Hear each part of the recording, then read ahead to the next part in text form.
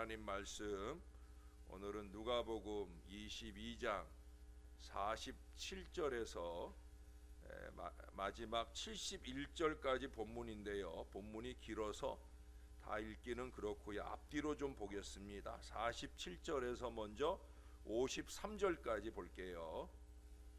내가 날마다 너희와 함께 성전에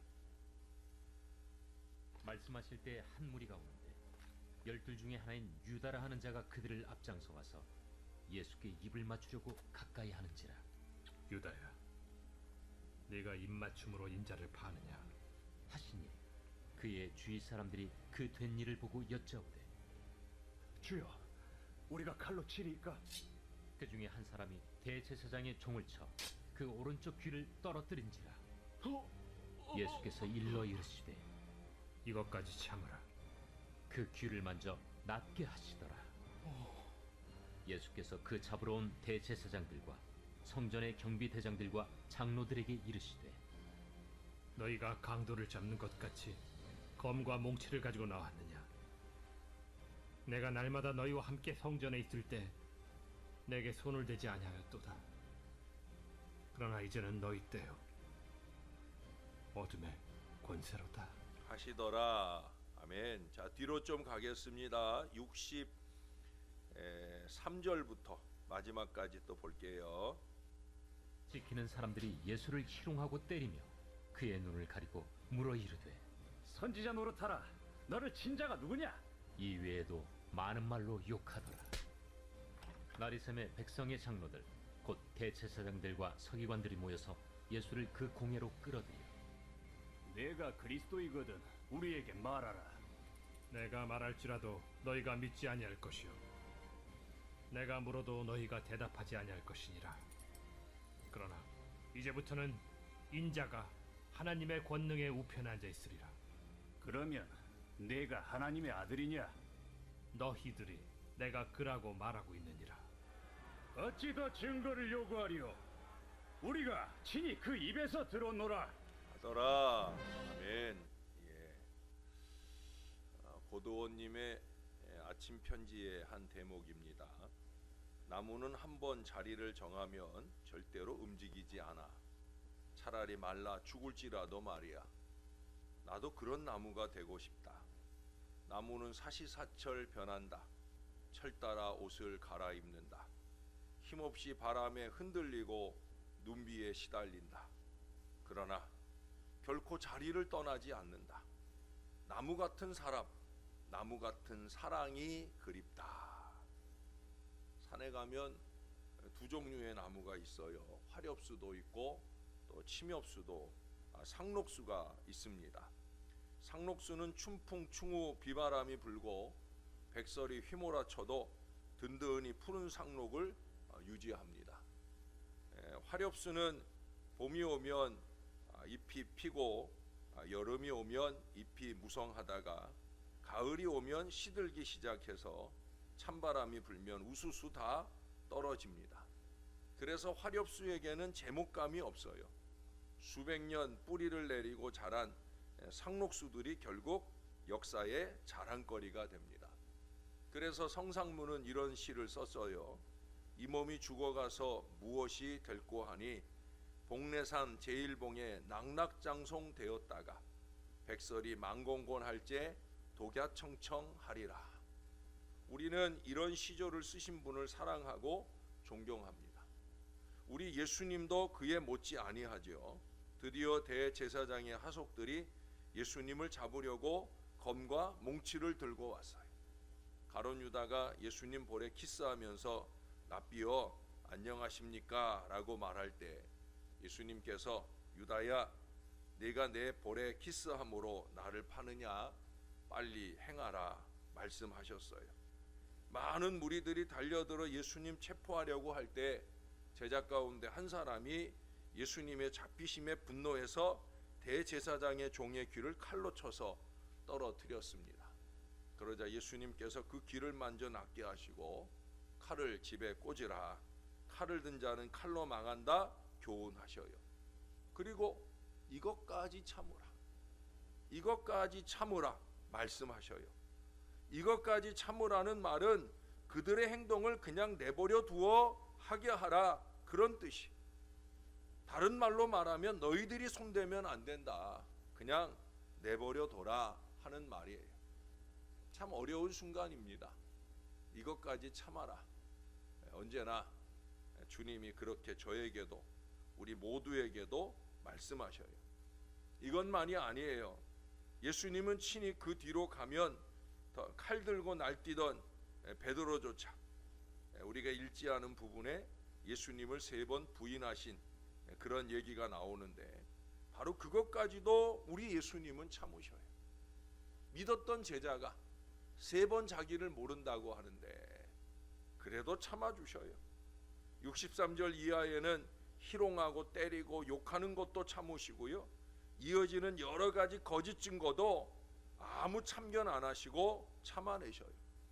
그래서 히브리서 12장 2절 3절 말씀에 보면 믿음의 주여 또 온전하게 하시는 이인 예수를 바라보자.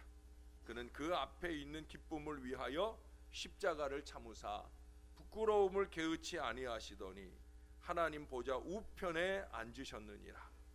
너희가 피곤하여 낙심하지 않기 위하여 죄인들이 이같이 자기에게 거역한 일을 참으신 일을 생각하라 말씀하셔요. 여기서 예수님을 참으신 이라고 표현하고 있어요. 예수님은 참고 사셨어요. 예수님은 참고 죽으셨어요. 예수님은 참으심으로 일생을 일관되게 나가셨다는 거예요.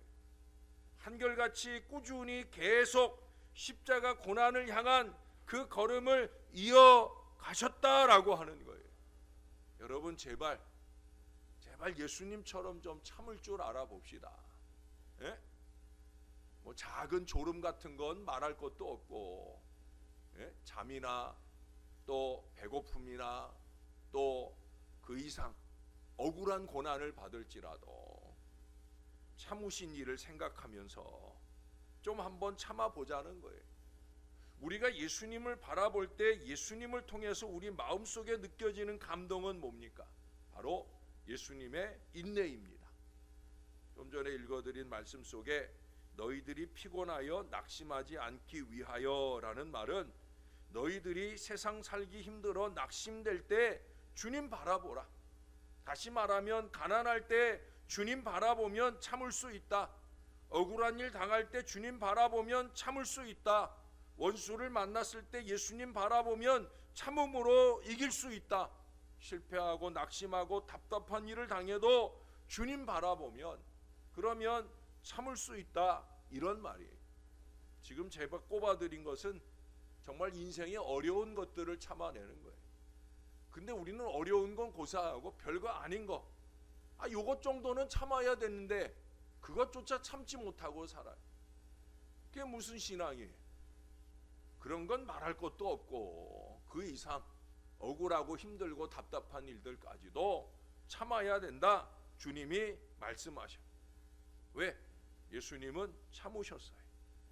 왜 참으셨습니까? 딱 한 가지예요. 하나님의 뜻을 이루기 위해서 참았어요. 내 원대로 마옵시고 아버지의 원대로 아버지의 뜻대로 되기를 원하나이다. 이 기도가 예수님에게 있었기에 예수님은 그 기도 때문에 참으셨어요. 마태복음의 기록은 내가 12영 더 되는 천사를 보내어 능히 이런 것을 막을 수 없을 줄 아느냐. 내가 얼마든지 이런 것 제어할 수 있다. 그러나 이렇게 하지 아니하면 이런 것이 있으리라 한 이 성경을 어떻게 이루겠느냐. 나는 하나님의 말씀을 이루기 위해서 나는 참는다. 나는 참을 거다. 이렇게 말씀하고 계셔요. 예수님은 죽음의 위기에 직면했을 때 무슨 생각을 했느냐? 내가 어떻게 살지? 이것을 생각한 것이 아니라는 거예요. 그보다는 하나님의 뜻을 이루어야 된다 하는 이 생각을 먼저 했다는 거예요. 예? 여러분, 이 생각이 선명하게 우리의 마음속에 각인되어 있어야 돼요. 뭐가? 하나님의 뜻. 예? 데오 볼렌테. 하나님의 뜻이라면 이거 참아야 된다는 거예요. 이 생각을 먼저 해야 된다. 그래서 가만 두어라. 죽고 사는 것이 큰 것이 아니라 하나님의 뜻이 이루어져야 된다. 이 고백을 온 몸으로 하고 계시는 거예요. 우리는 무슨 일을 만날 때 나를 먼저 생각하면 안 되는 거예요. 하나님의 뜻이 무엇이냐, 이 생각을 먼저 해야 되는 거예요. 우리는 어떤 때 애매하게 고난당하는 때가 있어요. 그때도 하나님을 생각하라, 바로 그거예요. 내가 선을 행하고도 억울한 일을 당할 때 참는 목적이 분명합니다. 하나님의 선하신 뜻이 있으리이다. 슬픔이나 고난도 하나님을 생각하고 참는다면 그것이 곧 하나님의 영광을 위한 것이 되는 거예요. 예수님의 전생에는 하나님의 말씀을 응하고 있잖아요. 마태복음 1장부터 보세요. 계속 반복되는 얘기가 뭐예요? 말씀을 이루려 하심이라. 예? 마태복음에는 무려 100번 가까이 그 표현을 해요. 뭐뭐라고 하신 말씀을 이루려 함이니라. 말씀을 이루려 하는 거예요. 참는 것은 하나님의 뜻에 복종하는 것이요, 하나님의 뜻을 이루는 거예요. 그래서 참으시는 거예요. 그래서 참으라고 말씀해 주시는 거예요. 어떤 때 우리는 참기 어려운 때가 있지요. 그때 잘 참기만 하면 그것이 병이 되는 순간도 있어요. 참는 목적을 가진 그리스도인은 그것을 하나님의 은혜로 극복할 수 있게 되어집니다. 여러분, 우리는 인내를 통해서 하나님의 은혜를 받아야 되는 거예요. 그냥 참기만 하면 그런 병이 되는 거예요. 참을 때 뭘 생각하라고요? 아버지 하나님의 뜻을 이루기 위하여. 이 생각을 하면서 참아야 은혜도 되고 하나님의 영광도 나타낼 수 있는 거예요. 다시 말씀드려요. 고난을 참는다고 다 복이 되는 게 아닙니다. 반드시 말씀에 근거하고 있어야 돼요. 야고보서 1장 12절에 말씀하죠. 시험을 참는 자는 복이 있도다. 이것에 옳다 인정하심을 받은 후에 주께서 자기를 사랑하는 자들에게 약속하신 생명의 면류관을 얻을 것임이니라. 여기서 무슨 얘기를 해요? 옳다 인정하심을 받는다. 여러분, 누가 참는 자에게 옳다고 하십니까? 예? 물론 잘 참았다고 옆에서 어깨 두드려주는, 옳다고 인정할 수도 있을 거예요. 예? 너 오늘 잘 참았다. 예? 그러나 여러분, 사람들이 인정해 주는 건 하나도 중요한 게 아니에요. 더 중요한 건 뭐예요? 하나님께서 옳다고 인정해 주시는 거예요. 언제나 하나님입니다. 호람대오하는 사람은 하나님이 항상 기준이에요. 하나님께 옳다고 인정을 받을 때 그는 하나님의 자녀로 영광에 이르게 되는 거예요. 사람이 뭐라고 하느냐? 그건 중요하지 않아요. 여러분이 저더러 뭐라고 하느냐?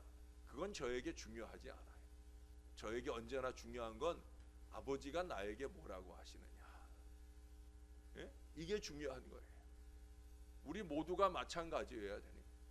내가 드리는 예배 한 번이, 내가 부르는 찬송 한 번이 과연 하나님이 옳다 하실 만한가?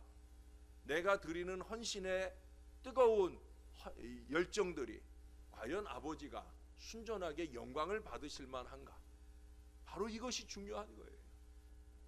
우리는 하나님께 인정받아야 됩니다. 저와 여러분이 참 억울하고 힘든 일이 많은 이 시대에 하나님의 은혜로 잘 참고 승리하시는 한결같은 믿음의 걸음을 잘 걸어내시는 주의 자녀들이 되시기를 우리의 구주 되시는 예수님의 이름으로 간절히 축원합니다. 기도하겠습니다. 하나님, 오늘도 참고 주 앞에 나왔습니다.